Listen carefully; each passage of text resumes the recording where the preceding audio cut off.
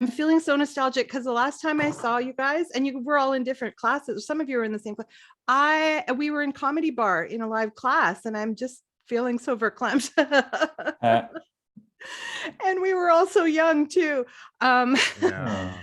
I know, I'm sad. I'm so happy that you guys agreed. Thank you so much. I'm Daniela Saioni. I've been running a program called From Schtick to Script, which was initially designed to help comedians transition to TV writing, but it's just become so much. It's evolved so much even since these wonderful, wonderful people.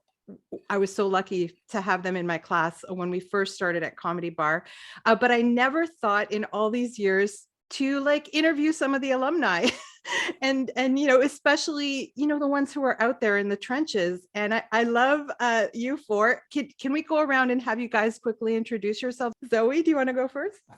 Sure. Hi, my name is ZOE WHITTALL, and I'm a TV writer and novelist. And Ian?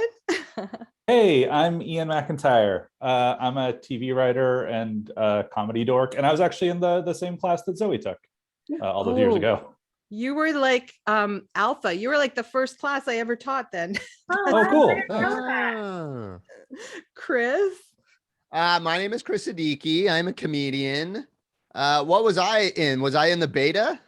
No, yeah, you were in like Charlie. You were like in the third class, I think. Oh, okay. So you worked it out with Zoe, Ian, and then okay, great, good.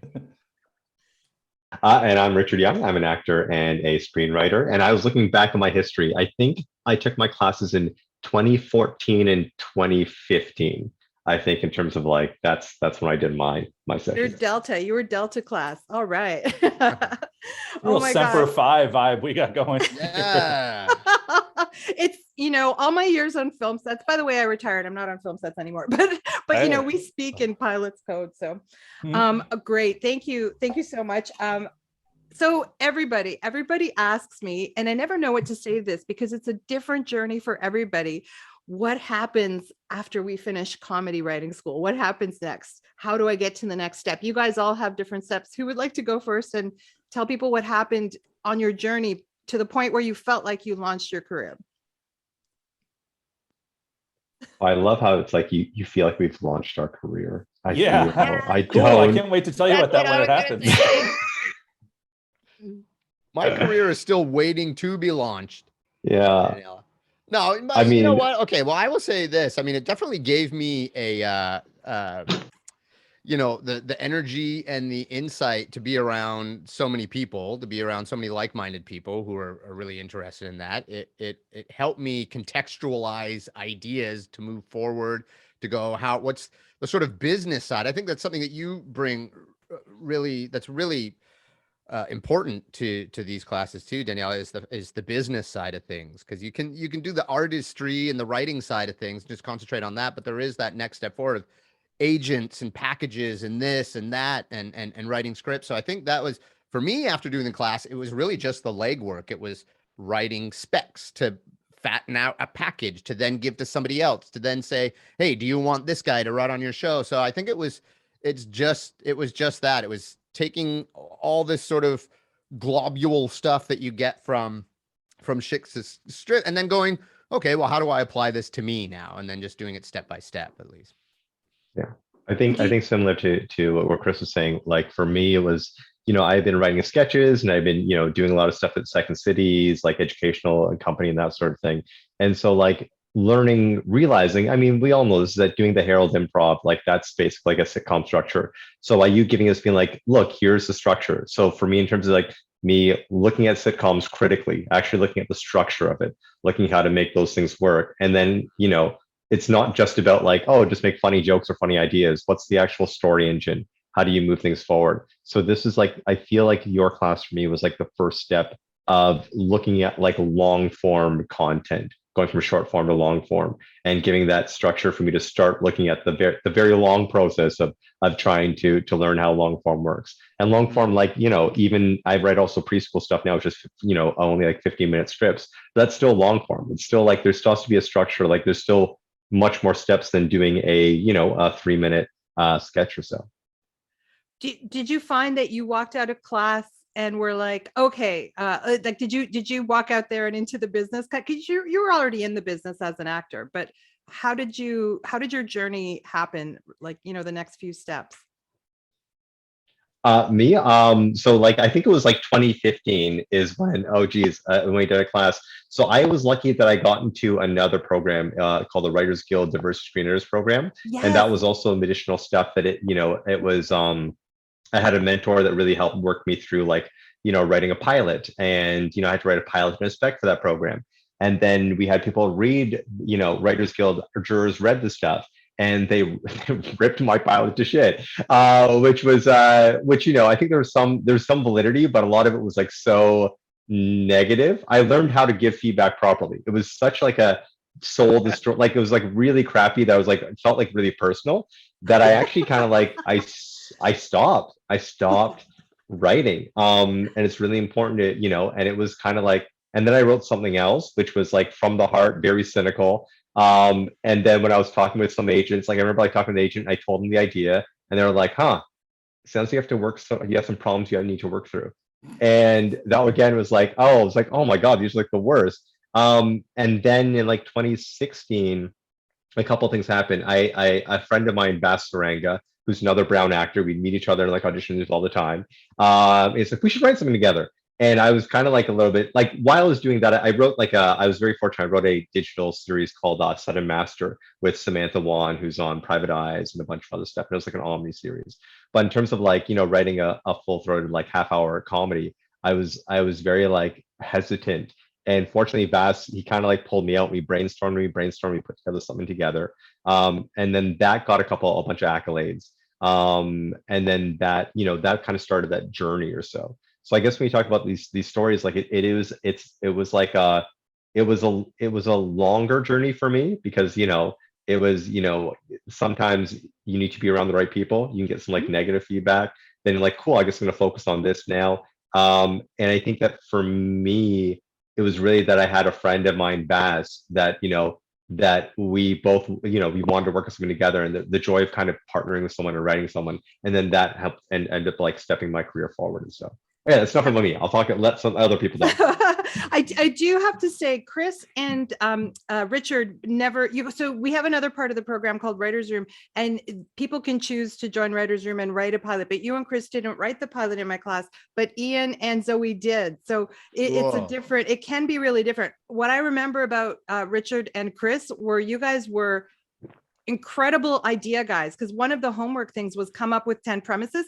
Kris stood up one day and just rattled off these 10 genius premises, and Richard did something very similar. So Zoe, let's hear from you.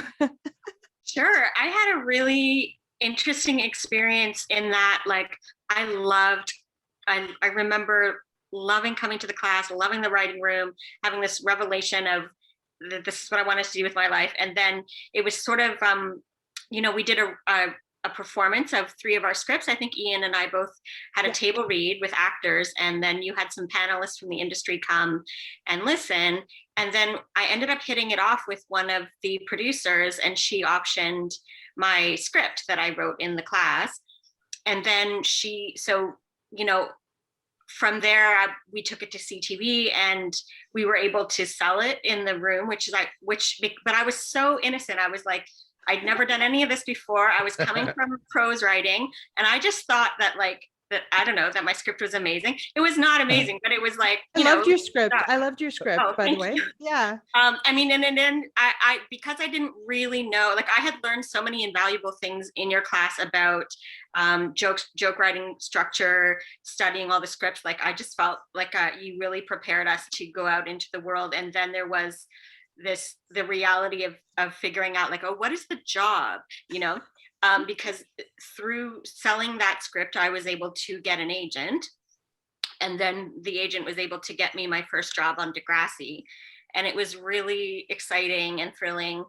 And but also, like, I went into the room not really knowing certain things about the hierarchy of who's in the room and who, like, and how every show's different. And like literally, I've had several, you know, I think what it did was that experience made me think that the industry was like easier than it was, I think. Like I thought that like I just had some luck. I had some luck those first few years and it was awesome. And I remember a writer in the DEGRASSI room looked at me and said, like, don't spend all your money, like buy a phone if you need one, and then like put everything else away. And I was like, ha ha ha, whatever, I'm gonna order clothes. That sounds like it was Heater. It was him, wasn't it? No, it wasn't. It was Scott. Anyway, so yeah, then you know, the year since, it's been almost like since 2014 that I've been working in TV, and the reality is that you have like some lucky years, some unlucky years, and the majority of what I've found for me is that on the comedy side, it's really competitive and really fun, but that as the years have progressed, there's been like I think fewer and fewer jobs, and there's just a lot of development work, which is mostly what I've been doing the last few years, which is super fun too, but comes with its own the ability to be really self-motivated and to be an idea machine and to like not lose heart when your projects don't go through, I think has been really helpful to like learn that as I've gone through it. I don't know, I'm rambling. Oh, no. Yeah, we're going to come back to development because it's so huge. I mean, my whole career is in development. So Elizabeth, I hear you. Ian MacINTYRE. Oh, yeah. No, when I came to the class, I'd already worked a little bit for like some kids animation stuff, but I really wanted to write like a half hour. I'd written a couple of pilots before, but your class was the first pilot I wrote that I liked. And it wasn't terrible and structurally flawed. And it was just like so great to have like the deadlines every week and be able to come in and share stuff with people and bounce ideas around and kind of pitch a lot of ideas. And that read through at the end was just, it was so invaluable, especially for me to realize like, oh, some of these jokes I wrote are not jokes. They're only things I think are funny if I read them in a certain voice. But it was still like, it was super helpful. And then after the class, I floundered for about 1.5 years. Really just like trying to get in anywhere that I could and having a really, really hard time with TV. I worked development on a season of the Ron James show that they were positive was going to happen. Spoiler alarm, it did not. It was an amazing job, such a fun job. And then I had a really hard time. And then hilariously, I took a really long fly on contacting a producer I'd met from also DEGRASSI. And because I'd been on a weird gig where I got hired by someone who was pitching them a live theatrical show. And I got hired to like write the pitch and write the outline, and we pitched it to them and they were like, this is all really interesting. This is a bad idea for a business venture. And we were like, you're right. It's a terrible idea. So it didn't happen, but then I contacted them and I honestly just submitted my stuff myself cold. I had an acting agent at that point, but not a writing agent because I'd really been trying hard to get a right, because I don't know if like all you folks who are actors first, then writers, like as an actor, like you need an agent to get started off the ground. Like you need an agent. Whereas with writing, they really want you to be pretty established by the time you come to them. Yeah. And I stressed a lot about like, I don't have a writing agent. I must be terrible. I must not be doing this right. And it wasn't until I got staffed on my first job, which is like DEGRASSI, I got staffed for a full season, that then like agents contacted me. And I was like, oh, cool. I wish I hadn't spent all this time stressing about this. You live and you learn, Ian. I often don't. The last time I saw Ian, he was accepting his Writers Guild of Canada award for DEGRASSI. I was like, oops, sorry, I just knocked my whole computer off. Oh no. Danielle's talking about the time I massively embarrassed myself by being so convinced I wouldn't win that when they announced me, I got paralyzed and didn't go up on the stage for a minute, and then went up there and gave a terrible speech and walked off stage and was played off, and then remembered I hadn't thanked my wife who was in the audience and like ran back to do it. Yeah, it went great. You were so self-effacing. I mean, you're right that TV is a collective medium, but like I was like, just take the award, Ian. Like he was like, this is everybody's, which is kind of true. I mean, you guys kind of answered my next question. I always want to know like what you were able to take with you into your careers and what we could have done better. So I hear yes, that you know, hearing the scripts out loud and working out and really the structural part, but also I heard that this is something I've gotten a bit better at by bringing in more guests who are producers, or I had a script coordinator guest who became the co-producer of Blackish, but just to explain how the room runs, because I don't really do much of that. I've never been in a Canadian room. I've only observed in US rooms. Oh, And wow. yeah, I actually, the only managers who reach out to me are Americans. I've never, ever, because I don't reach out. You guys are saying, oh, you learned about the business. I'm horrible at the business part of the business. So I'm so glad to hear you guys somehow found your way. But yeah, if there was anything else that was either that let me know if I can improve, or if anything that really, really helped you. But I kind of heard it a lot in your answer. Sure. I think, Danielle, the only thing I'd say is that, and you talked about this, is like how important it is to talk about like the story engine premise. Like Yes. a lot of times when you come from a sketch, it's like, oh, I got this idea, and like, here's my great like half-hour pilot. And it's like, yeah, this is just a half-hour short film. Like there's Yeah. no, what happens after it? How do you create an actual world that you're going to see hijinks happen over and over again? And I think that for me is like one of the biggest learnings moving from like, sketch comedy into that. It's not just about like, cool, you have A story, B story, C story, and ends. Like, what's going to happen after this? Yeah. And after like just a couple of years ago, I started doing these premise creation challenges, and people would nail that before they started the class. So that's been addressed. But like, yes, it's so important, right? Because when you're in a pitch, that's the first thing they're going to ask you, right? What's the engine of your show if they're not seeing it clearly on the page? I remember, to Richard's point too, Daniela, I remember my mind being blown open when you explained, okay, let's take the pilot of Modern Family. And I'll explain to you what a herald is. And I've been improvising for years, so I already knew what a herald was. But then to see it presented to me in the form of a sitcom, I was like, oh, and it just blew. So, and then after that, and I also remember us diving into older sitcoms. Like I remember us watching like, I don't do Welcome that Back, anymore. Kotter or Welcome something. back, Cotter. I got flagged for that. Remember that? But that was wicked too, because you see, and then Rich, you just said the ABC structure. Well, Welcome Back, Kotter had A and B, or had 1, 2. It had Right. two So it was acts. cool to see this swath of things. And I think so also now is that the format of TV is changing so much that it almost Yeah. doesn't have structures anymore, right? Because we're streaming so much, who needs commercials now? So they're kind of learning how to sort of smoothly move from here to there. And sitcoms are also, with streaming platforms, you get things that are so vastly different from the kind of structured NBC kind of way of doing things, right? So And it's amazing though. I broke down the second season of Fleabag and the first season of Dead to Me just to show how they arc a season. And it really the structure's still there. It's just expressed in a, it's not as rigid, but it's still very much there. but it's very idiosyncratic to the creator and to their voice and how that, but it's still there. Like, no matter how sort of vastly different it is, there's still that one thread running through. This is still a situation comedy. So we still need to escalate. We still, all that. There's still things that need to happen. Yes. And let's talk about this because we have both. You guys are all creators and you've also been staffed to some degree in varying degrees. How much energy should people put? Like, do we need to put our energies into doing both, or should we really focus on creating our own work, or just really focus on getting staffed first? Anyone who wants to jump in? I think it depends on what your objective is. I sometimes, like, for a while, my objective was to just get staffed at any cost and to learn the craft of taking on somebody else's voice. And then when I ran into some challenges around, like,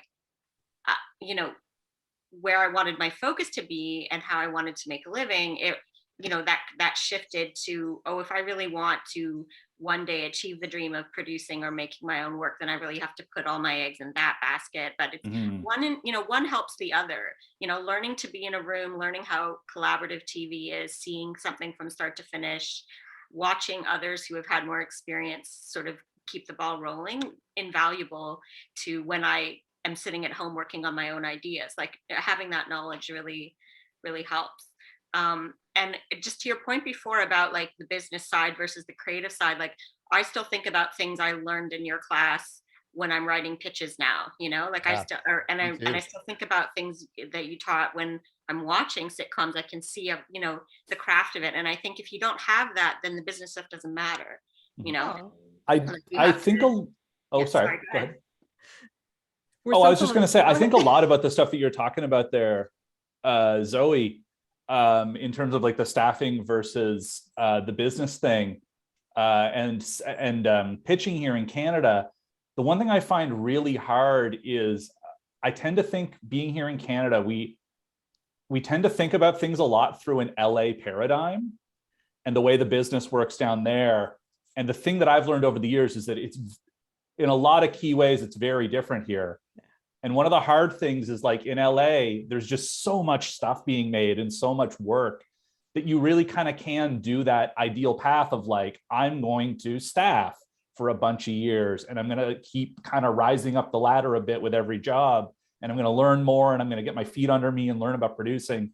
And then eventually, like, when I really have the experience, I'm going to pitch, because at that point, people will want to hear from me and I have the experience to make stuff. And I honestly find that almost never happens in Canada. It almost never goes that way. Like, in Canada, you're really expected to be pitching shows from the moment you hit the ground. And that's really one of the only ways to get in front of decision makers here and producers, is to start pitching your own material. And there's a very good chance that, like, look at most of the shows that we have on the air, almost all of the comedies, especially, not all, but a lot of them have at least one first-time writer at the helm. Usually they're paired with someone more senior, but it's like the person creating the show will often have never written an episode of television before in their life. Like, the first thing they pitched is what went. Sometimes depending on who their dad is, but that's neither here nor there. But like, well, that is both here and there. That is really, yeah, it's here and now, yeah. Yeah. But anyway, my point being, like, I totally agree with you, Zoe. I always want it to be that thing where, like, I staff and I learn more and I get to the point where I get ready to pitch. But it took me a long time to realize, like, I might never get that, or at least not as much as it'll make me feel like I know what I'm doing. Like, you really I think you kind of just got to start pitching right away. We really don't have enough work, right? In Canada. Yeah. Yeah. I mean, I pitch all the time, and, you know, I've gotten to a certain level down the road in the development kind of thing. But I do think that my experience is that, you know, it's more likely that a new writer is going to get to be a showrunner or a co-producer or co-showrunner in America than they are here. Like, really? I have optioned and pitched so many projects, and then producers won't let me write the pilot or won't let me show run. Like, you know, they're always trying to bring someone more senior on board to consult or to take those titles. Like, it really depends on, I don't know. That's the difference that I've been seeing between my friends who are working in LA and my experience here. And I also think there's like a weird gap that you could fall into where you don't quite have a producer credit, or you don't have a lot of production experience, but you're senior enough that people, like, for me, like, I get asked to teach screenwriting. I get asked to consult on like 4 jobs in the last few months have been for me to help consult somebody on somebody's show who's never written TV before. So they'll hire someone who's relatively junior to do this thing to get someone where I can't quite get to be, you know. So there's all these like weird internal hurdles that, oh, wow. You know. I'm in the exact same place right now. Yeah. Wow. Because I have friends who are quite senior in the industry who are in that place where they're brought on really just to consult. And I'm like, but you're a showrunner. The path to showrunner is very unclear in this country. And I think rather arbitrary. Like, yes. just there's a lot of like nepotism and who people want to be in a room with for 18 hours. We're definitely going to talk about the US in a sec. I want to hear from Kris, because Kris has created his own series. So I want to hear about that. Oh, I mean, that's really funny too, because I think I guess I sort of rest on my performer laurels more than I do my writers. And what's that? Nothing wrong with that. Nothing wrong with that. No, nothing wrong with that. But I just love the challenge of writing too. And so, I mean, after doing the class, it was one of those things where I was like, come on, let me try and do it. And I mean, my thing is that I'm lazy. So I didn't have a lot of spec scripts. I had kind of what Richard had. I had these scenes, I had these ideas, and I was really interested in writing like Bibles and stuff. I love really like descriptive stuff and storytelling or narrative things like that. So I would do a bunch of that. And kind of like Zoe as well, I was in a lot of development rooms that just things that never went anywhere. So what I started getting used to was the protocol and how to like break a season and how the first 3 to 4 episodes would go. And I never just got a running room. And I think it was also for me, it was like, well, it's that really cliche thing. It's like, well, I guess I got to do it myself. But I think, and I'm sure Rich could speak to this, but I think also too, like in the media, we also have now, if you're a person of color, your stuff kind of gets floated to the top because there's something you have to say, right? So a lot of the times, you know, writers of color, performer, color, brown, black, Asian, whatever, you're kind of expected to write about your life experience. You know, that's kind of the you know, that's kind of the thing, you know, well, it better be about how your skin color is brown. I so thought you were whatever. going to say something else, by the way. I thought you were going to say, if you're a person of color, maybe there'll be one in the room that will get hired. And then otherwise you're expected to create a show. Like that's, Well, I that's mean, what I hear. I will say that as well as adjacent to that. Yeah. I was lucky Yeah. that it was just me and my friend who's black. So there were 2 people of color in our room, but that was Right. it. But the How- thing Look, was I- is that and I also say this to my benefit, I had a baroness in my corner Yes. going like, hey, meet this chick, go talk to this person. So I had already a name to go talk to, right? Yeah. So I could go pitch to someone, a network. Mhm. Now, but beyond that too, there's also the other thing too. Well, maybe I should save it for the pitching too. But anyway, it was just this thing of going like, well, look, I can't get into these rooms. I don't think, and I still don't think I'm very good right now, at least as finding, you know, somebody else's voice and writing 30 pages of it or writing 60 pages, right? What came very easy to me was writing 20 pages of my own stuff. So I was like, let me try and do that. And I did it. It was very easy for me. So then I could turn it into scripts. Only later learning too, that a lot of people who are reading packages are like, you know what? I kind of want to read original stuff. I don't want to That's read right. your spec for Golden Girls or whatever. Right. So give me something new. I So I was totally just- want to read your spec for Golden Girls. You know, I've I never heard been a asked this. story. Have you guys heard that story of someone who wrote a spec for Golden Girls like only a handful of years ago? And it was Yeah, making you always rounds hear about 'cause it those was like just stunt really- ones that go really, really big. Exactly. Listen, I had a friend who wrote a spec for Soul Food and we shot his episode. He got hired as a staff writer. Oh my God, there you go. You never Wow. hear about that. Yeah. There you Ever. go. So yeah, like again, for me, it was just going, let me just start off knowing that I can write for myself and I have these ideas in my head and they're extremely clear.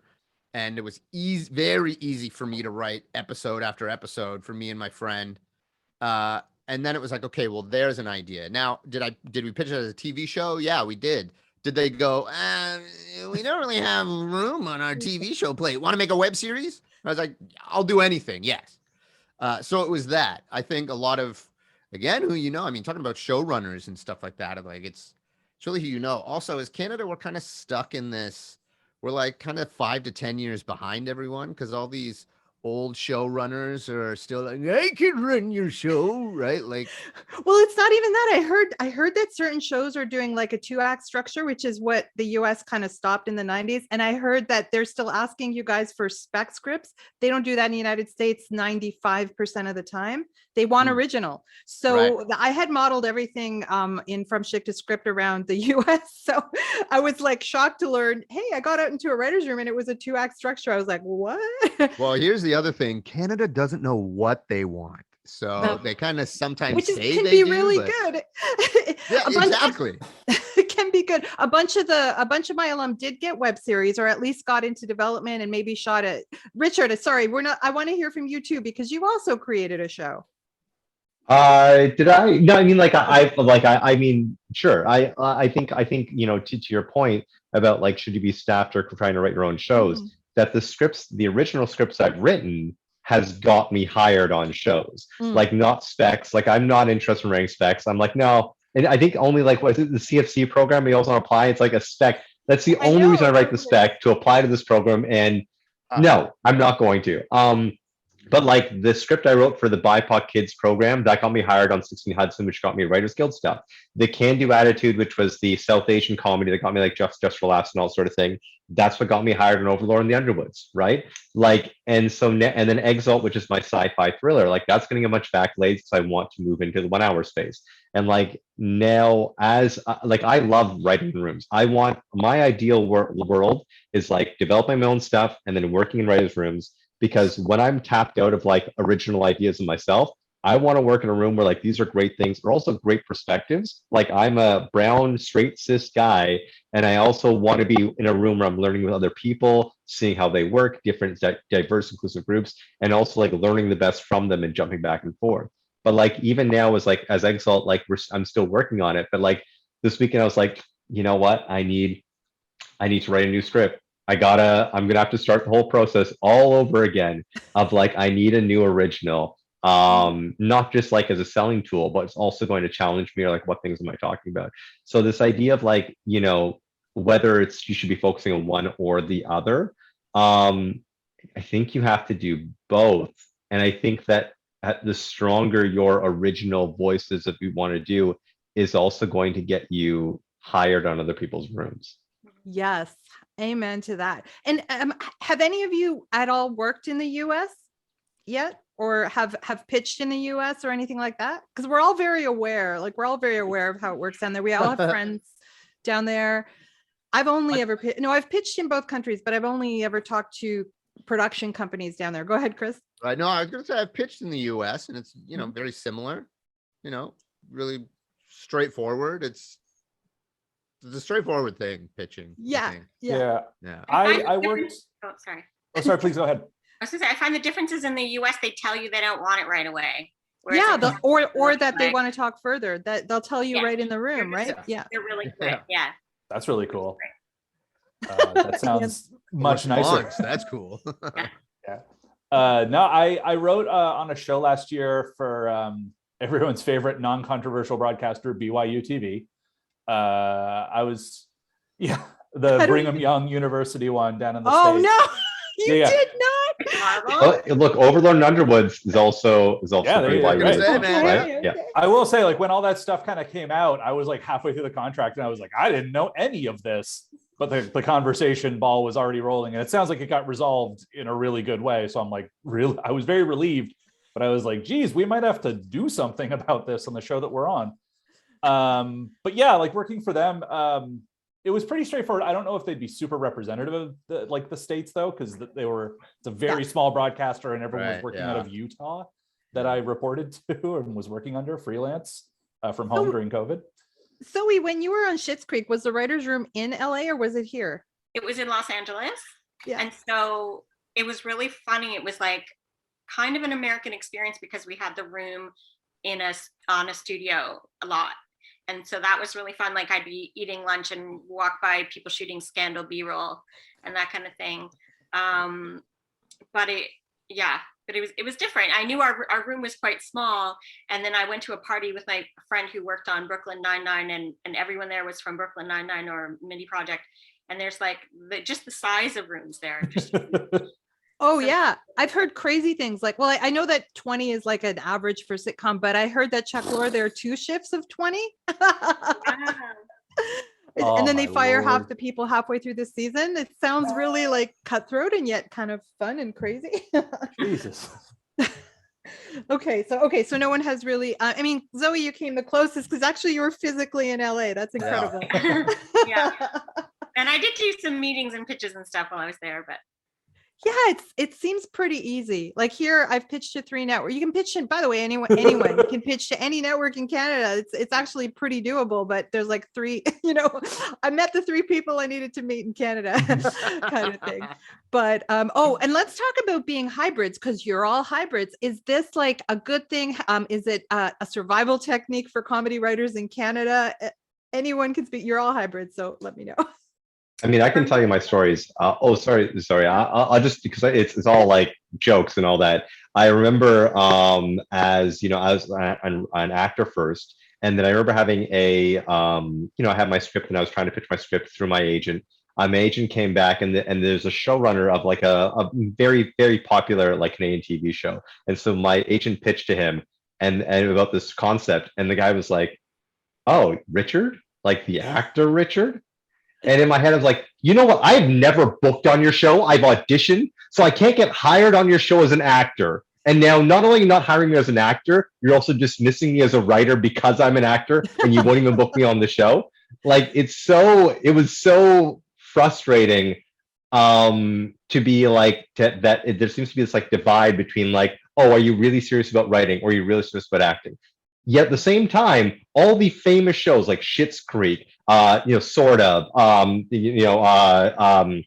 Working Moms, and all the American ones, Fleabag or Barry and all them, they are all actor writers. And yet, like, except for those massive, super popular, famous situations, being an actor writer can sometimes like, I love it, but sometimes people can like look at you being like, oh no, you're not really being serious about this. You're not really, you need to be all in all the way. Anyways, that's my little rant. It feels like here in Canada, they view it as like, if you're an actor writer, you can have a show, but you can't write for a show, kind of thing. Well, I guess like, I don't know. Well, Kris has kind of proven that true, right? So it's not really been a positive, because it feels like it's probably survival. Like when you're not writing, you're performing, right? I think it's this too. Like it can't. We're just such a smaller business entity. We just don't have this grand scale of production for people to be writing on shows all the time. So it's almost like I had a friend the other day just be like, yeah, I'm gonna start directing, just because I'm not getting work as a writer or an actor. So it's like, holy moly, like I don't think really in this country you can pick one lane and stay in it comfortably. I think you have to go, damn, I have to pick the super highway and start changing lanes, because at least you're under the umbrella of the entertainment industry, but at the same time you're going like, holy crap, man, like you're like, to Richard's thing, you're not hiring me for an acting, okay, I guess I'll write.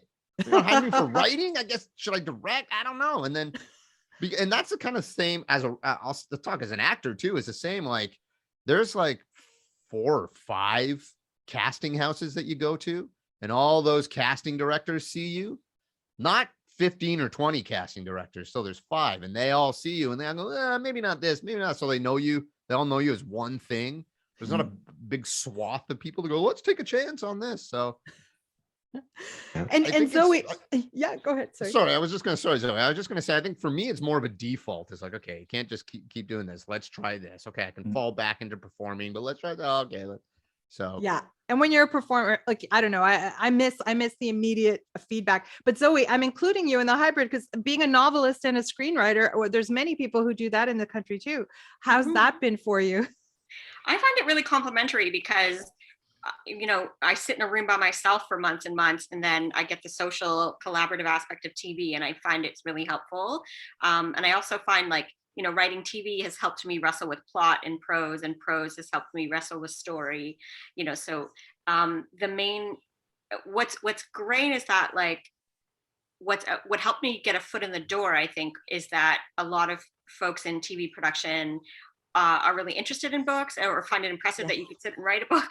And so it's kind of like been helpful, because and then I also think, vice versa, the other way, being a TV writer has helped my, the promotion side of being a prose writer.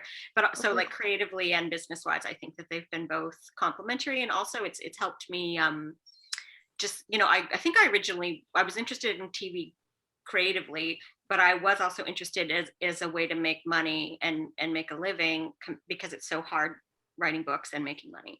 But it's sort of having both at the same time have been really, really helpful.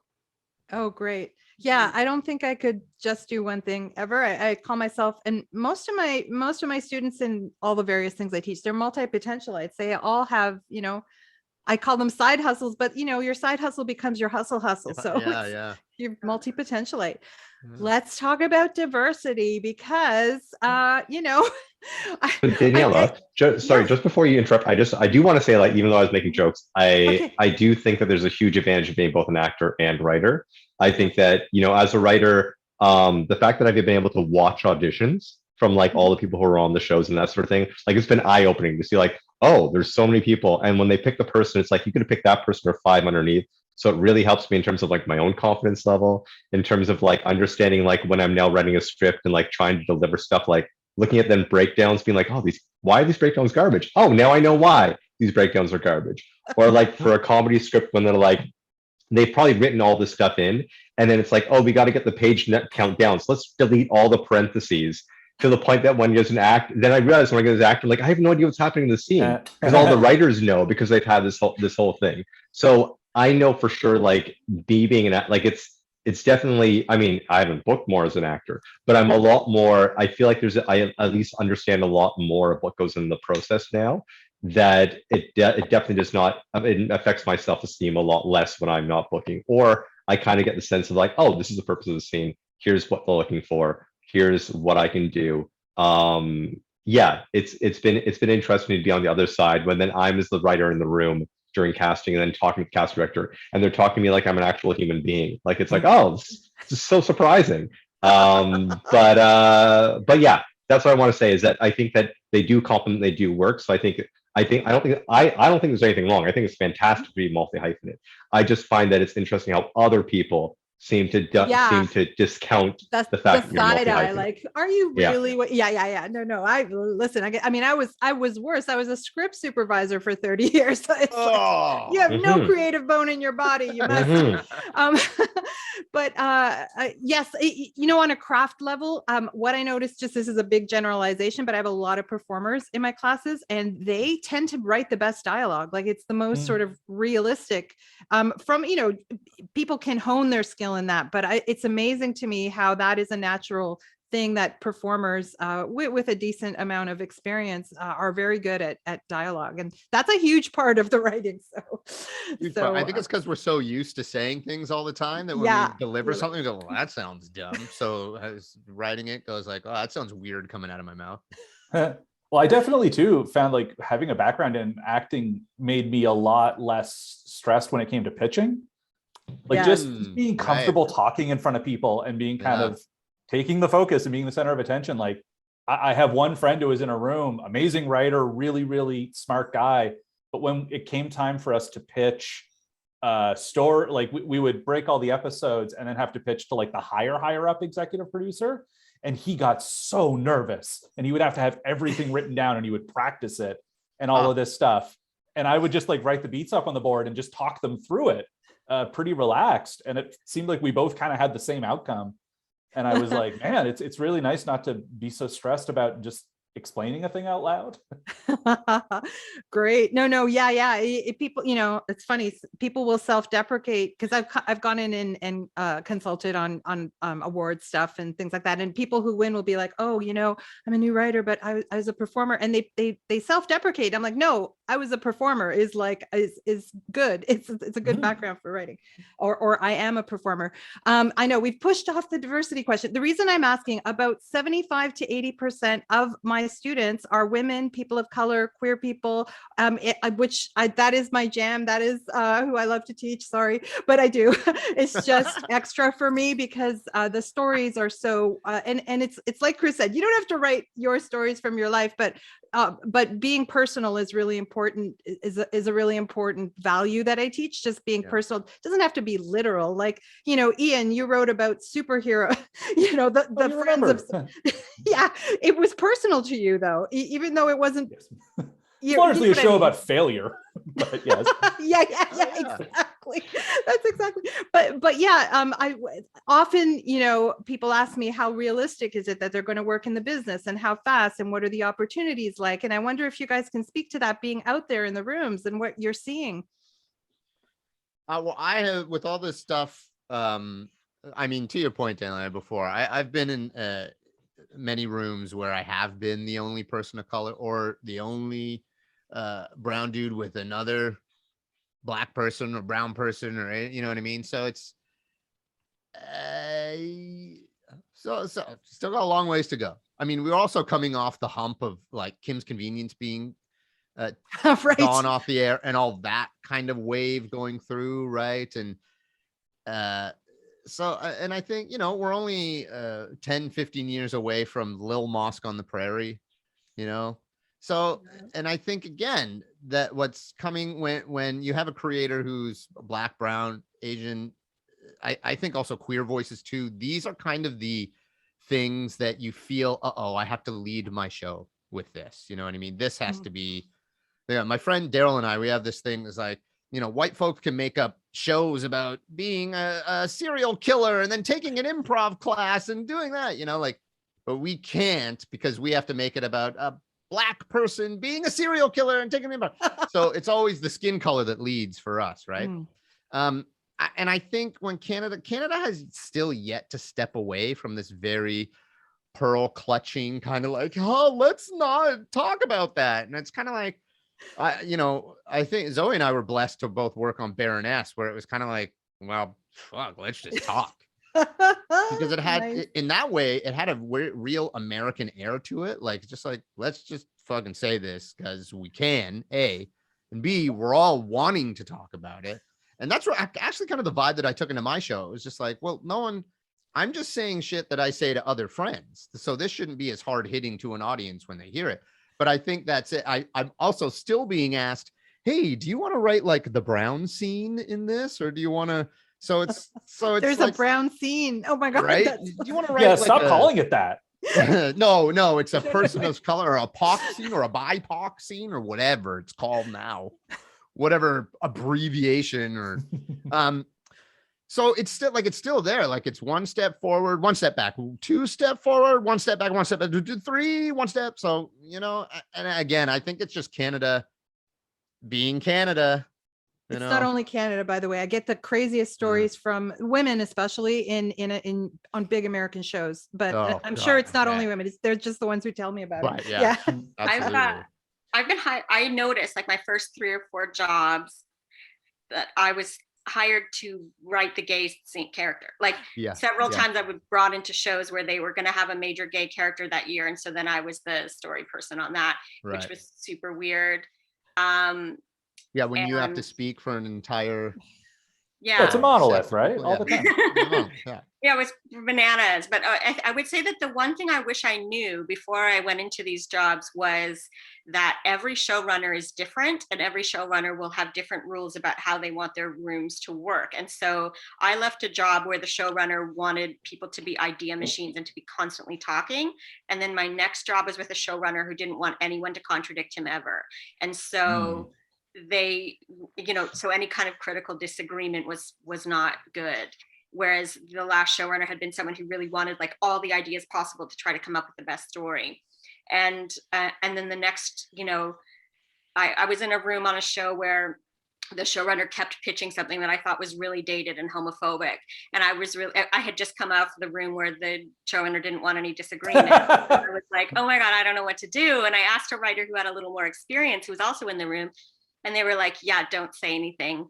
Just, you know, you just, if you want to keep, you know, get another season, then you should just Right. you know, not say anything. Put your head Then down it and was type. then it was like a really bad story. So eventually I did say something, and it did bite me in the ass, but also like I didn't really want to keep going on the show anyway. But like it's Sure. good to know what's been invaluable to me is to ask around people who because everybody knows each other and it's such a small pond, and just sort of get a sense of like, what's the vibe in the room? What are they looking for?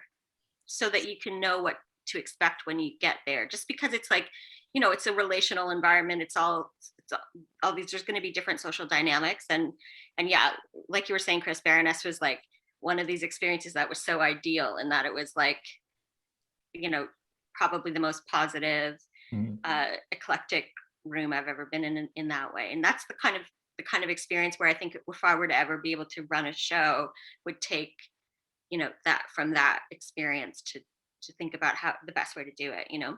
And also I'll add to that, Zoe, too. That was so unique as well, because we weren't breaking a season or setting up character. We were just going, hey, what about this pickle scene? Can we do that? Great. Right. So even that had a different vibe as well. Totally. Yeah.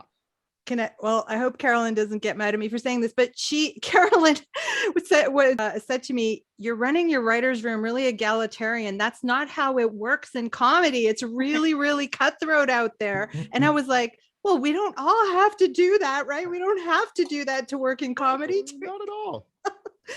I'm glad she didn't do that, but like she was already experienced, and she was like, listen, it's crazy out there. Yeah. You know, Has it's that it's changed? interesting, for me, like I've been lucky that like, between 16 Hudson, which is TVO, Dino Ranch, Miss Persona, which I only story edited on, and then Overlord and Underwoods. Like either the showrunner was BIPOC or diverse, or the room itself was like majority, like Overlord was majority women, majority BIPOC. Dino Ranch, one of the co-creators is BIPOC, and then half the writers. And some of the shows are very race, inclusion is the thing, like that's the driven. But Dino Ranch is like cowboys and dinosaurs. Overlord and Underwoods is like it's Alien. dumb Darth Vader, right? Yeah.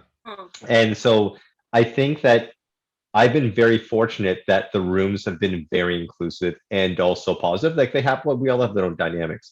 And then I also think to myself, I guess I'm not successful enough because I haven't interacted with the asshole, super rich showrunners. Because I keep hearing all these horror stories, like, oh, I guess I haven't made to that level yet. Where I need to be working in the big Like, leagues. that's where your all bar, right here. that's my Where yeah. that But shitty dude, yeah. but I think it's like I'm just yeah, I think that the work that I seem to be doing, and I know that definitely my me being ethnically diverse has probably been a reason why people hire me in the rooms, but it just ends up being that the stories themselves end up being inclusive, not just like the content. Like Dino Ranch, again, it's like you have like 3 adopted kids that are all different races. The dad is white, the mom is black, and then they're cowboys riding on dinosaurs, and then they're talking like we're not talking about race, but it just happens to be an inclusive show that we're working on. So yeah, I think I've been very fortunate, and again, I'm looking forward. I'm looking forward to the regular Canadian experience of just being denigrated, discounted. Take the money and leave.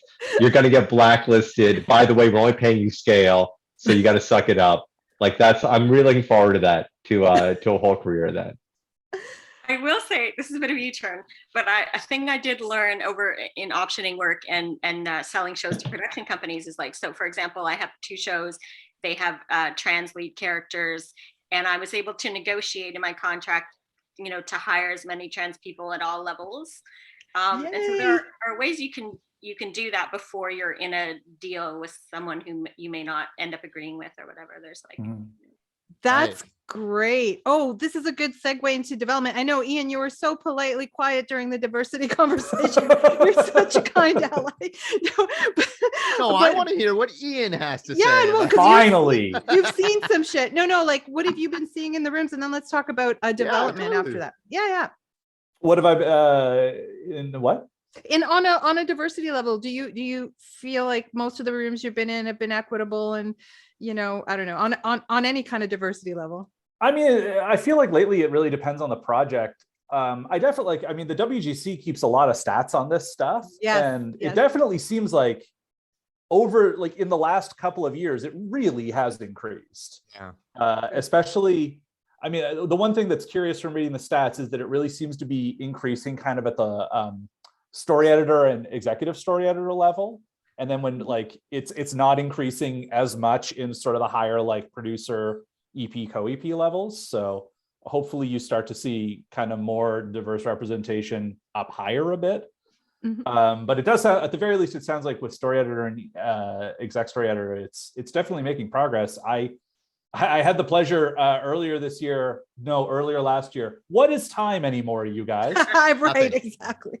Last year I got to story edit on, or not story edit, I got to be in a development room for a show for CBC Gem. It was going to be the 2nd season of a show called Queens that was about drag queens. It was made by a company that's got one of my other shows optioned. So they were like, hey, Ian's funny. Do you want to come in and be the guy in this room? And I was definitely the only one of this model in that room. But it was really, really heartening to see that it was for a show that was about drag queens and emphatically about representation and representing that scene accurately, and then getting really, really goofy and turning into a summer camp serial killer meets Dirty Dancing kind of spoof. It's a very fun show. But it was like seeing the voices that were in there and contributing to it. It was like, oh, this is what this show should be. Like, this is people who can speak to it authentically writing this show, and getting to contribute to that was a blast. It was really, really fun. That would be fun. I just want to do a time. Okay. Cause we've got like 5 minutes left in our time. If we talk for another 5, will we have 15 to take questions? And I will totally respect you if you have to leave, cause we said an hour. Oh Just man, let I me want to know. do this all night. I don't want to hang out with my family, so I'm here. Yeah, once again, man, what is time? I'm here as long as you need. Exactly, right? Come on. Because I really, really want to talk about development, because people don't understand the level of time we spend in development and what development means for us, like on a financial level, on a creative level, like what that means. And you all have experience in this. So anyone who wants, Zoe, let's start with you. Sure. I've done a ton of development. I would say it's like in the last few years, the majority of the income that I've had from TV has been development.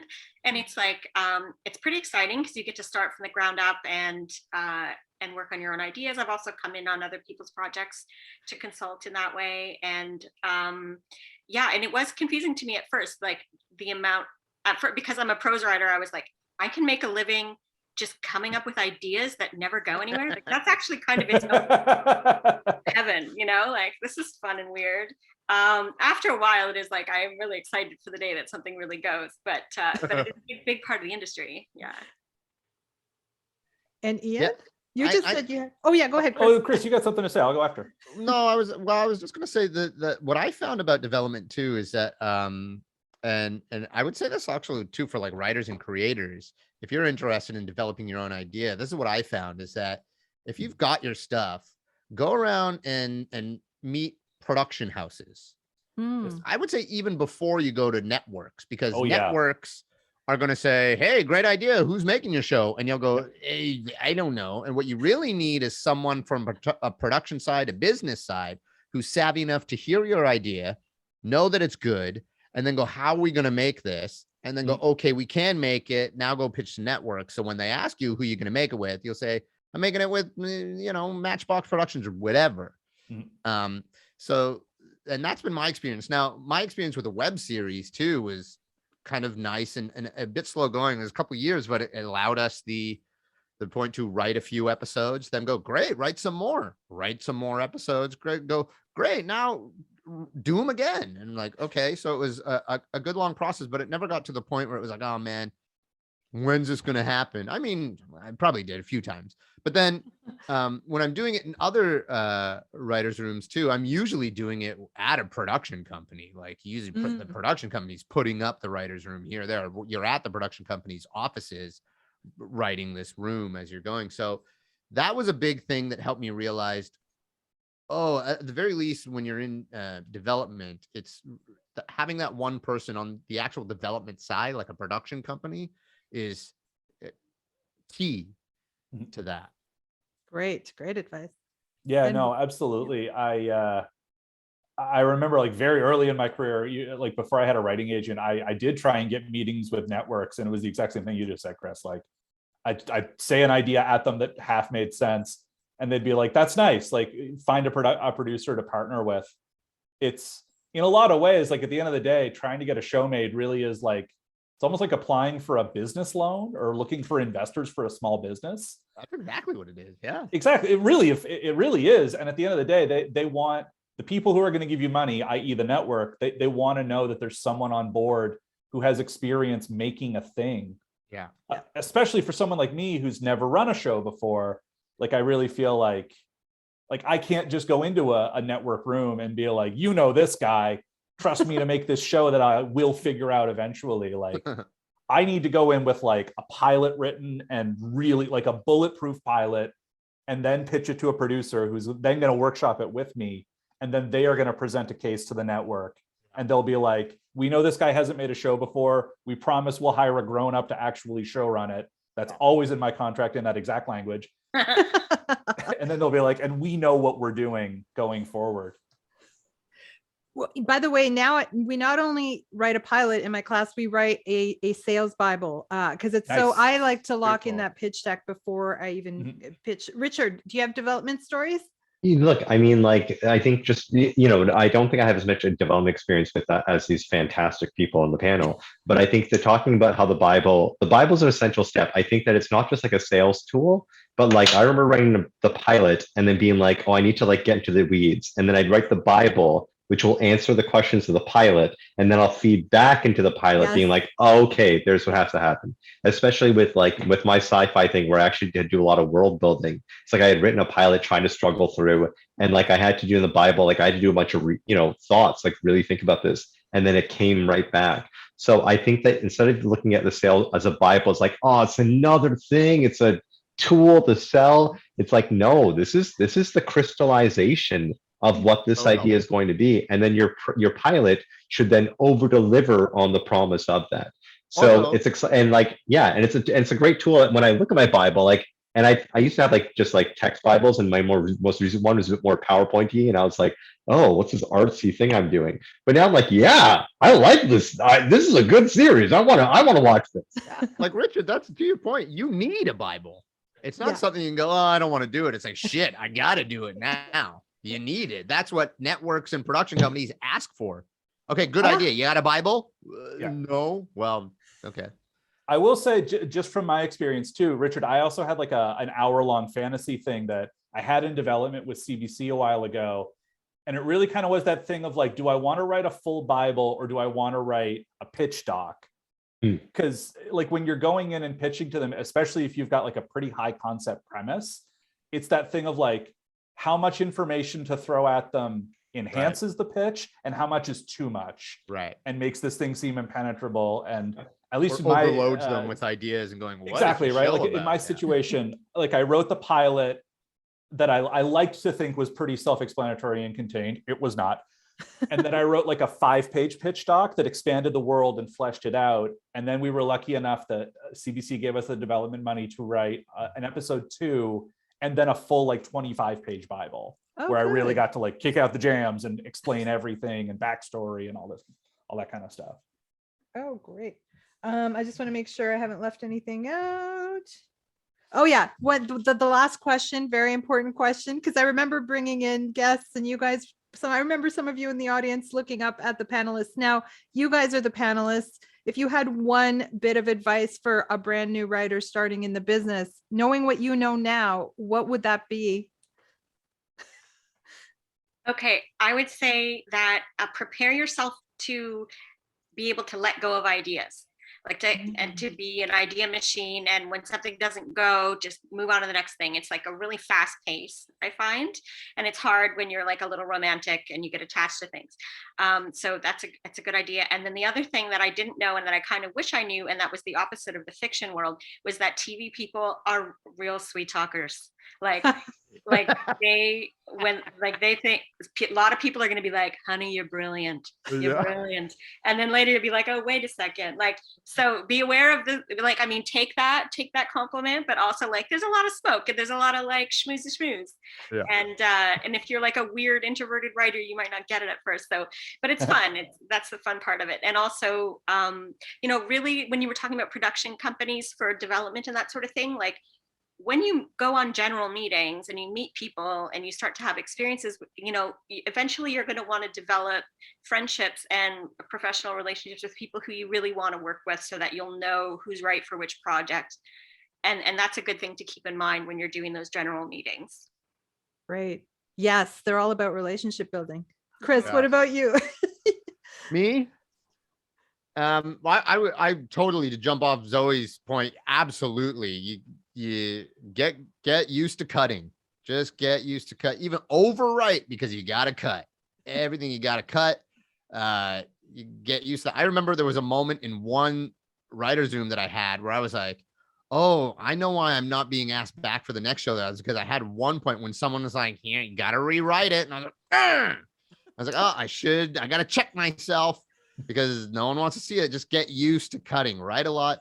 And get used to cutting. And I got to take my own advice, and it's probably also cliche to say, but just keep doing it. Like, it's something that I keep on my ass. It's like, gee, even if you're not writing scripts, just write. So I get lost in writing paragraphs for shows that I'm never going to make, but I just love writing these long things. So like, Just because the other thing too is people are like, do you have a package?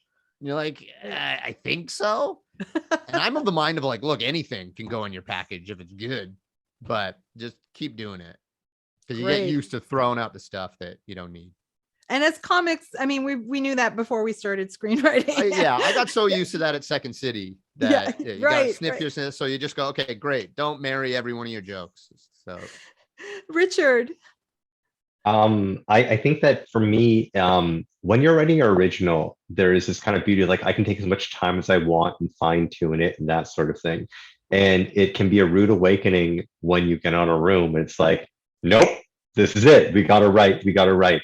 So I think that working on that muscle, like my learning and continue to learn, is I have to write faster, because like it just and writing faster means, for me, because I'm full of anxiety and fear. The reason why I don't write is that I procrastinate. I'm terrible at it, and then I can't write because I'm like, I need to trust myself more, not censor my own ideas, write the shit, and then just be vigilant and cut the shit.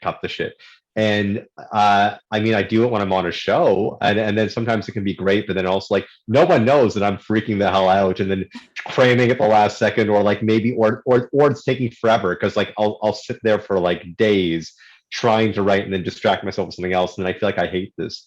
So all this to say, you need to learn how to write faster, which means you need to stop censoring yourself and like make a routine. You have to write, and then also with your originals, like you got to force yourself. Like, can't be like, when the inspiration hits me. Nope.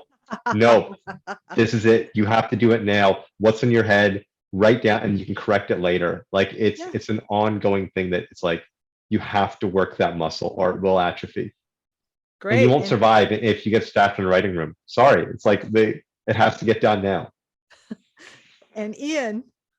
These have all been like such great like writing process kind of things, and mine is just pure mercenary business. When you're starting out, like there is kind of that dream of like, I'm going to write a script and it's either going to be, a spec or probably my own original. And then a showrunner will read it and then I will get my job and then I will be on my way. And that's awesome if it happens. Yeah. And it's increasingly rare. I really think that it's never too early in your career to be like, I am someone who's going to try and sell this show, or I am someone who's going to try and get a show into development, or I'm someone who's going to try and get hired into a development room that someone else is running, or get hired by this production company that has an idea from someone else that needs to be fleshed out into a development pitch. Like there's a lot of different avenues that you can find. And I've only in the last couple of years of my career really started to find a lot of them. A lot of my work has come from like development for hire. And it's not to say that you'll definitely get it, but it's never too early to say, I'm going to try and put my foot forward as someone who's trying to get stuff made. Because often that is the way that you end up getting into a room. Like you'll pitch something to a producer and they're like, oh, we really like the script, but it's not for us right now. Thank you very much. And then 6 months later, they're like, we're staffing this room. And I remember that lady, she had a really funny show that's like a bit similar to this. So we should talk to her. And like things lead to things lead to things lead to things. So the sooner you can get yourself out there. I love it. And for anyone out there who's over 40, I'm over 50, you're never too old. I got my first generals in LA at age 52. You're never too old. So hey, beautiful. Nice. Yes. I do also want to say is that, one of the things I did learn, and we haven't talked about it, but like, look at children's television. Children's television, I remember when I first started, I was like, oh, what am I going to do about kids? One, kids has so much genre, like we're talking about young preschool all the way teens. Then in terms of like you do comedy, drama, et cetera, there's a lot of fantastic comedic children's television shows. They hire comedic writers. Yes. The only drawback I find, I mean, besides like some sort of prestige, is when you're doing animation, the script fees are the same, but with live action, you get paid a production fee, which can be dependent on the budget. And that could be not a lot, but it's also amazing. Whatever it is better than nothing. And animation does not pay a production fee. So there's like a big difference between the two. But like I know that because I did that BIPOC Kids Do Boot Camp at the time, didn't have they were hungry for BIPOC folks who like, we'll train you and hire you. And so like that got me my door. And also like, I like it. for myself, I like writing speculative or genre stuff. So between like, I don't care if it's preschool, I don't care if it's comedy, I don't care if it's drama, like that's what I want to write with my life. But I do think that you should look at and Canada makes what I think 50% of all like the worldwide children's content. Wow. And there, it is a thriving market. And there's a lot of comedic shows. There's a lot of comedic, and like people here, I know you've written for that stuff. So don't discount it. Yeah, don't discount it as a valid path. Sounds like it's great to write and act in animated shows if you can get that gig, right? Because then you'll get at least residuals from that. Totally. Let's see. Someone said, okay, let's go through the questions. Thank you guys so much. That was great. We went, oh my God, it's already 11 after. Okay, I'm going to try and hit a couple of the questions if it's okay. I'm so sorry. Hello, Daniela and friends. Great to be here. Yes. Hello, friends. Hello. Everyone's saying hello and everyone. Hello, everyone. Hello. Hello, everybody. Hello. How many people are watching? It says that we've got 53. That might include us. Funny Richard says Ryan. I don't know what he thought was funny, but I'm sure it was. I think it was my face. I think he was saying. I think specifically it was my physical appearance. KRIS Siddiqui wants Zoe to name names. And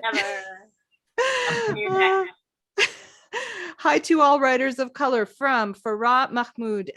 When you're pitching to white people, have you found that you had to whiteify your idea, or have you been able to deliver it from your perspective 100%? It's a good question. No, I didn't. My show wouldn't have worked if I whiteified an idea. When I'm pitching to white, no, not at all. If anything, I feel like my thing was made because I extremely didn't whiteify it. I came in and was just almost too straightforward.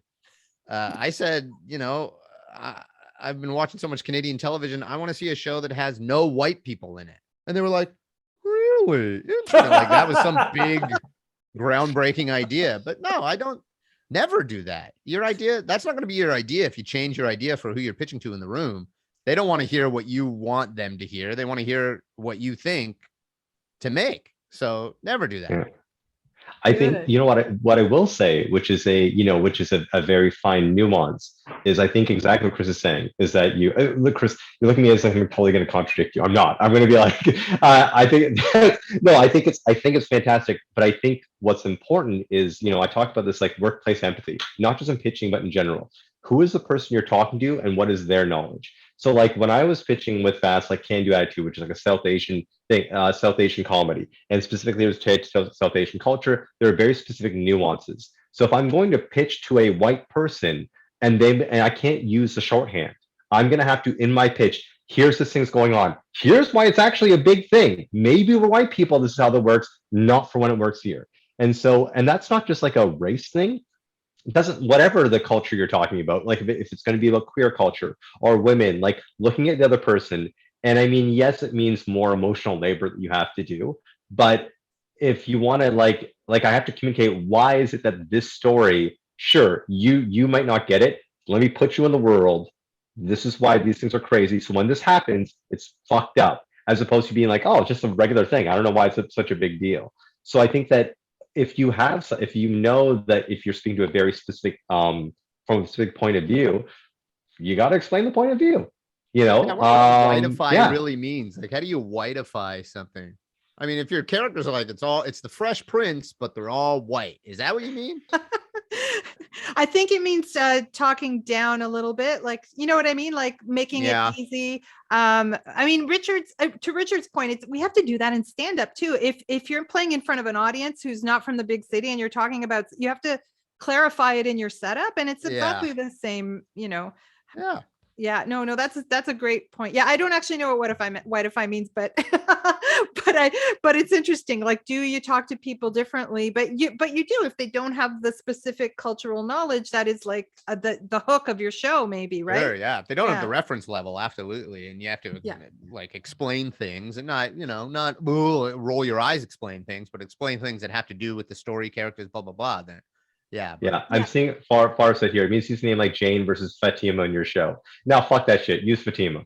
Use Fatima. Oh my god. And honestly, Yeah, and I think people are starting to awake now that they actually want to see that stuff. And yeah, just find the people. There's assholes. We know there's assholes. Don't ever, okay. Don't ever change characters' names. Don't do that. If I actually if saw your a name's cool Fatima, thing. name it Fatima. I saw a really cool thing in a pilot script yesterday. Someone sent me the pilot to Yellow Jackets, which, Cool. by the way, best show on the air right now. And on like Besides page sort of. 3, sorry, on like page 3, there's just a parenthetical that's like, this is as good a time as any to point out that like we want this to be a very diverse show. Like we intend to colorblind cast this. Like these kids will look like a real group of high school kids, kind of thing. Yeah. Like just And right in there, and I was like, wow, what a great place to put that. Yeah. Hey, look, like this is what the industry is expecting now. Mhm. That's an exactly. old antiquated thing, is to change Fatima to Jana or whatever. Don't ever do that anymore. Your character should represent who you want your character to represent. Is their name is Fatima and you change it to Jana, then they're not representing what you want them to represent. So don't ever change that. You have to stick to your guns, because they'll be like, oh, okay, great. And if they go, well, could they be a white man and not gay? Then you go, well, no, that's not the show I want to make, so bye. Yeah, it's funny, like I have been in many pitch meetings where if I'm pitching a queer or trans show, I'll get the question, how is this universal? How will you make this universal? And it's been like, and it's something that I just always felt like I had to say, like, oh, you know, especially to certain networks where they want like Susan in Saskatchewan to understand it. Like, so there are some moments where you have to dance around those kind of questions, I think. They're dumbing down Susan in Saskatchewan when they say shit like that, right? I think it is changing. But I do feel like you might get thrown some curveballs in that way, in that kind of like passive aggressive Canadian way. Yeah. And I guess that's why I'm like, don't, you know, it's a shame you have to dance around that shit, where instead of just going, no, it's a queer show. It's about trans people. Yeah. We're not dancing around anything. Yeah, exactly. One time I pitched to Amazon and the person I was pitching didn't know what a trans person was, this was the last meeting. Yeah. Ouch. So it's like, you know, you mean like this year? Yeah. So, well, it's Amazon. You don't have to go in expecting different levels of whatever, but it's like, yeah. I was asked to pitch like everything that I had coming up in LA, and 100% of the people wanted my I had a show about my relationship with a trans woman who's now my best friend. And that's the only show they wanted to read. That's the only show in LA. So contrast that with, but Canada, we have Sort of, which is such a great show. I'm so happy for Fab, for both of them. I've just been advised, this is from Sarah McGowan. I've just been advised to go with a 1-pager to start. What are your thoughts on that versus the larger 5-pager pitch deck Bible? Are there different phases of development where each of these might be more appropriate? Who's been advising you for that, Sarah? Anyway, yes. Yeah. I think sometimes it's good to start with a 1-pager and wait to see if someone's going to give you money to write more. I think that's a good thing to keep in mind, is that there is money available. So like, I always want to write the pilot first. Yeah. And I often write the 1-pager before I write the pilot, and then I'll go back and tweak it. But I always also write the mini. I mean, I don't write the full Bible, but the mini Bible. But it's good to write the 1-pager on a craft level for me. Yeah. And that's, now I know that as just a leave behind, right? Because everybody asked for, you got to leave behind? Yeah, okay, great. That's your 1-pager. So and to me, I always like, again, I like writing a lot. So to me, it's easy just to sort of truncate everything down into 1 page so you can give it to someone. And if they're like, we really like it, do you have a Bible? Oh, okay, here you go. Yeah. But I think having a 1-pager I don't know about to start, but definitely to take into a meeting. And if you want to pitch people, definitely. Yeah. This might just be me, but I've always kind of understood a 1-pager to sort of be shorthand to mean anywhere from 1 to like 5 pages. Some people do it that way. Yep. I literally do a 1-pager and like a 5-pager. Right. And then, like you said, like a Bible is something, at least at this point, that I kind of want to be paid to write, because that's a fairly heavy lift of a lot of stuff. Or the full Bible. I used to call the pitch deck the Bible, and that's a misnomer. The show Bible used a bit interchangeably. Yeah. I find that too. Yeah. Especially when Bibles are so visual. Yeah. Like it's almost in implied, or like it's expected that you will have like a full graphic pass and it'll look Yeah. fucking Stranger Things ruined it for everyone. I know, right? Fuck. Did you guys see the one in an Earth Bible though? That was great. It's oh my God, that Bible kills me that it's so good. Yeah. I Because wanna like see it. every line in that Bible is imparting to you how the show will be fun. Like the tone just runs right through that Bible. It's so well done. So yeah, I'll send it to you, Chris, if you haven't seen it. It's really I'd love good. to, yeah. Thanks, Daniela. Zoe, thank you so. This is from SN. Thank you so much for that observation. Showbiz people versus the fiction world. That has been my intuition, but it's a relief to hear that it's true. Someone said, Kari said I'm old too. Yay, old. Malena, old hee. You're only too old when you're dead. Tanja, Tanja, hello. This has been so inspiring. Thank you so much, everyone. Oh my God, Tanja's great.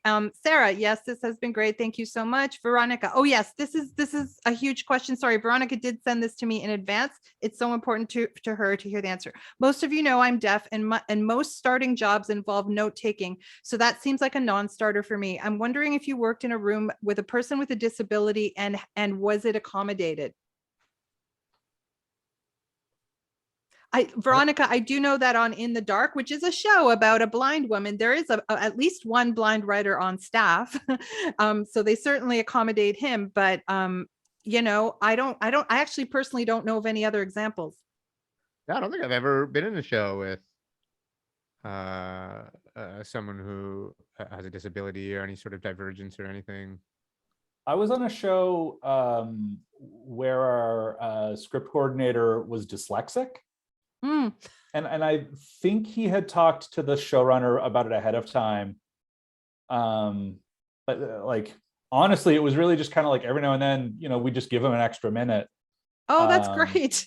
Oh yeah, no, of course. Cause he was just a fucking dynamite coordinator, like just so organized, so on top of everything, put in so much work. But I suspect he kind of ended up probably putting in double the work just to keep it going. But yeah.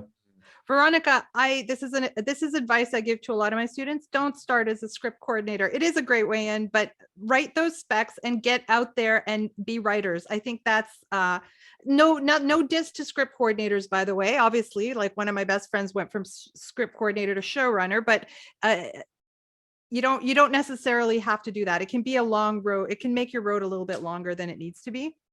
And especially Veronica. Yeah, go ahead. I was going to say, especially because I know Veronica, so you're already a performer, you're already talented, you're already, you know, close to my age. So it's like, don't go in as script coordinator. And also like asking for an interpreter, there's probably some, I know that the WGC does stats on disability, and maybe that they would be able to figure out accommodations. I think that they should be able to do that. And also like your unique point of view as a deaf person is a really good in pitching your own material. Yeah, like I think about, you know, there are shows like that excellent funny Netflix shows Special. It's super great example of like using your life to make a really great show.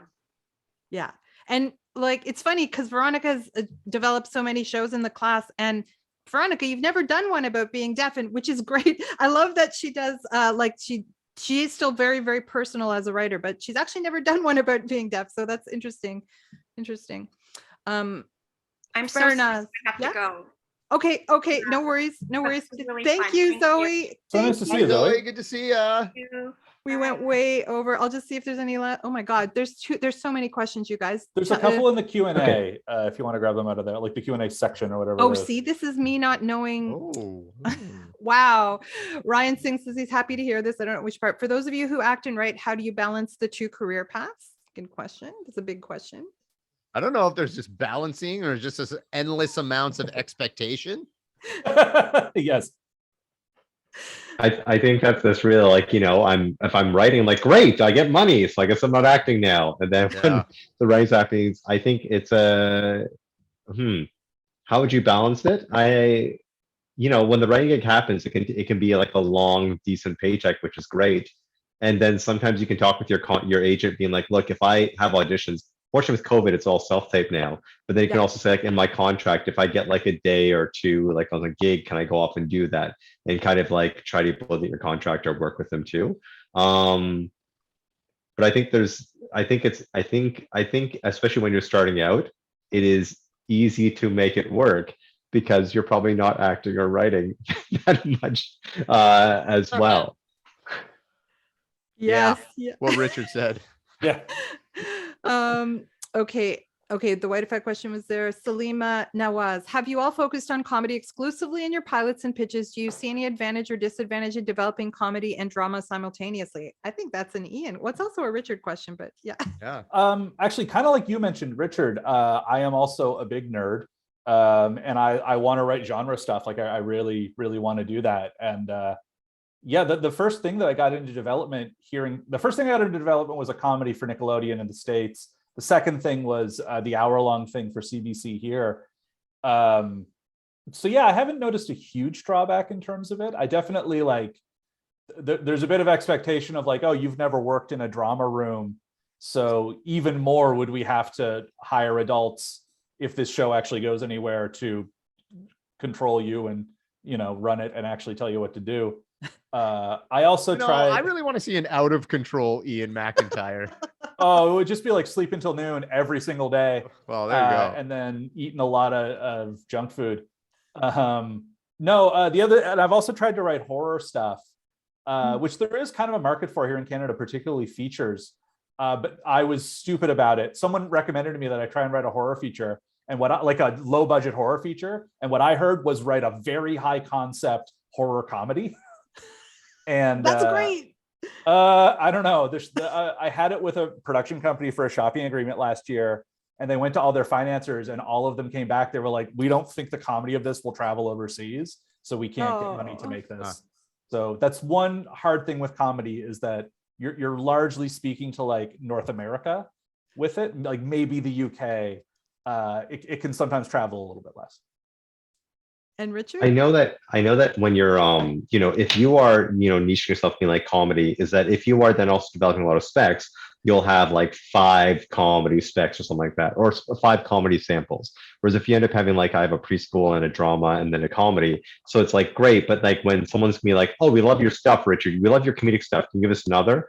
Like I'm going to have, as opposed to another comedy, like, here's my book, let me just pull them all out.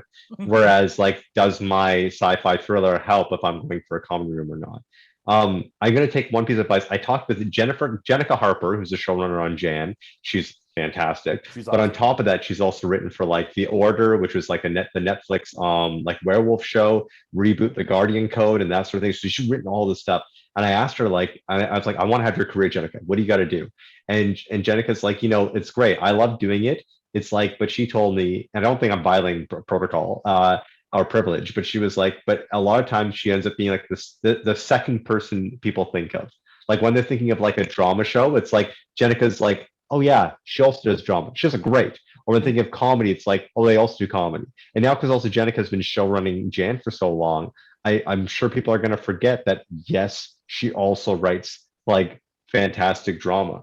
So I think that if you are going to be spreading out, you have to constantly remind people that you do that, and then it just means more, you know, developing that tool. The same, almost like actor and writer, you still got to remind people that you do 2 of them, and yes, I can do them well. So that's you're I think effectively doing like 2 tracks. You're doing your writing career twice with twice the effort, but still you can't have twice the payoff. Yeah. Sarah's asking, the Writers Guild screen program was mentioned. Are there any other programs or apprenticeships that stood out to you that you'd recommend as a next step after From Schtick to Script? You know, all the American, if you can do the ones in the States, they have some great ones. Do we have some great ones in Canada?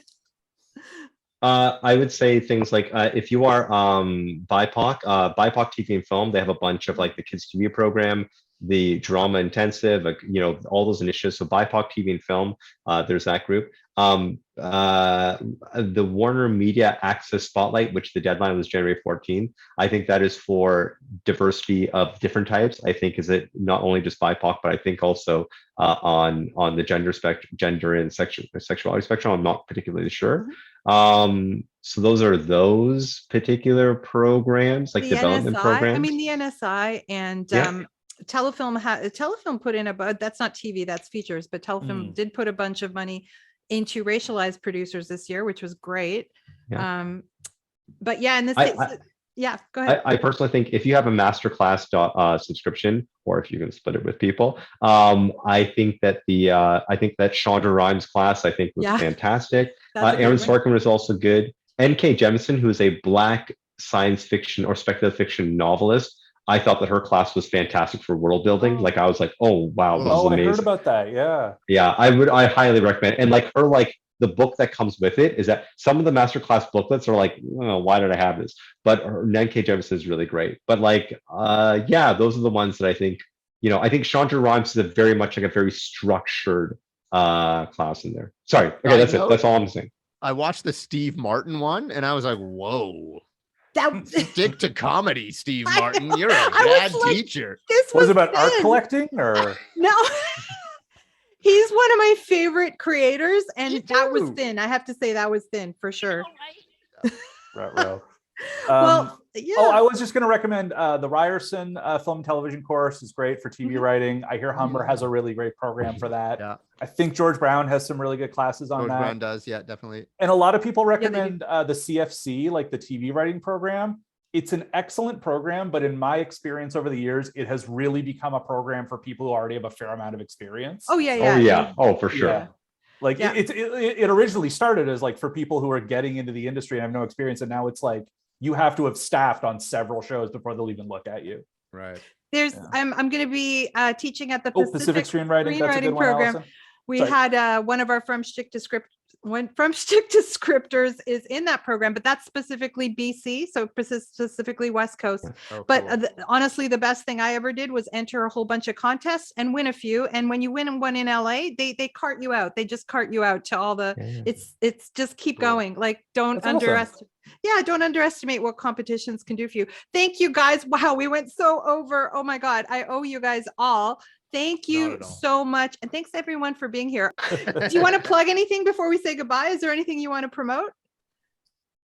Sure, yeah. Watch my show, Bit Players, if y'all don't mind. You It's a don't. pandemic, It's right? really good. It's really good. Oh, thanks, Awesome. buddy. Thank you so much. I'll Really also fun. say this. Ian and I years ago used to live together. And Ian What? used to give me Yeah, a we were bunch of roommates. stuff to read. He'd be like, "Hey, can you read this?"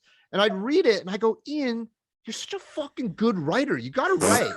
And it's so great to see someone that you've come up with. We've known each other for maybe 15 plus years now. It's a but long it's- damn time now. Yeah. It's just so Oh my good. And also, Ian, like I'm still using your Ian gave me this mug for my birthday when we lived Oh my together. God, the it's my Heroes favorite mug. man. I forgot so- about that. Watch my show, Bit Players. Also, if you're a nerd, listen to my podcast. It's we played Dungeons and Dragons, but I tell you, man, playing Dungeons and Dragons is one of the best writing tools that I've ever gotten. It's long form storytelling. All you're doing is writing. All you're doing is being a character with a strong backstory. It's phenomenal. So we're called Dwarven Moss. So Nice. And you don't want to plug anything, Richard or Ian? No. Go ahead, Richard. Overlord and Underwoods. Overlord and the Underwoods. I think the second half of the first season just dropped on CBC Gem. yeah, So it you can watch it on there. I think So that's there we go. I think KRIS Siddiqui is in it with his Baroness Baroness colleague. Baroness friend. We'll say that. Baroness friend. I'll say Yeah, that's that. how you guys refer to each other, right? Yeah, that's it. still But friends, yeah, still- fantastic. There's so many talented actors on that. A lot of comedic actors on that program. So yeah, check it out. All I have to plug is the BEAVERTON, which I write for, which is a fun Yes. time. Yeah. And also now to remember, Chris was a dope roommate. It was awesome watching you take the second city by storm for many years. And you also used to smoke me up all the time and All the showed time. me the Venture Brothers, which was invaluable. Invaluable. I had no idea you guys lived together. Look, you guys and Zoe, you are like shining lights of positivity. And I feel like I'm so lucky I get to meet people like you and work with people like you and teach people like you. My only plug is we've got From Schtick to Script happening right now in a few weeks. So come check it out if you are interesting. Love you guys. Thank you Love guys. you so much. Thanks, Danielle. So great to Thank see you. you. Bye, everybody. Bye, guys. Bye.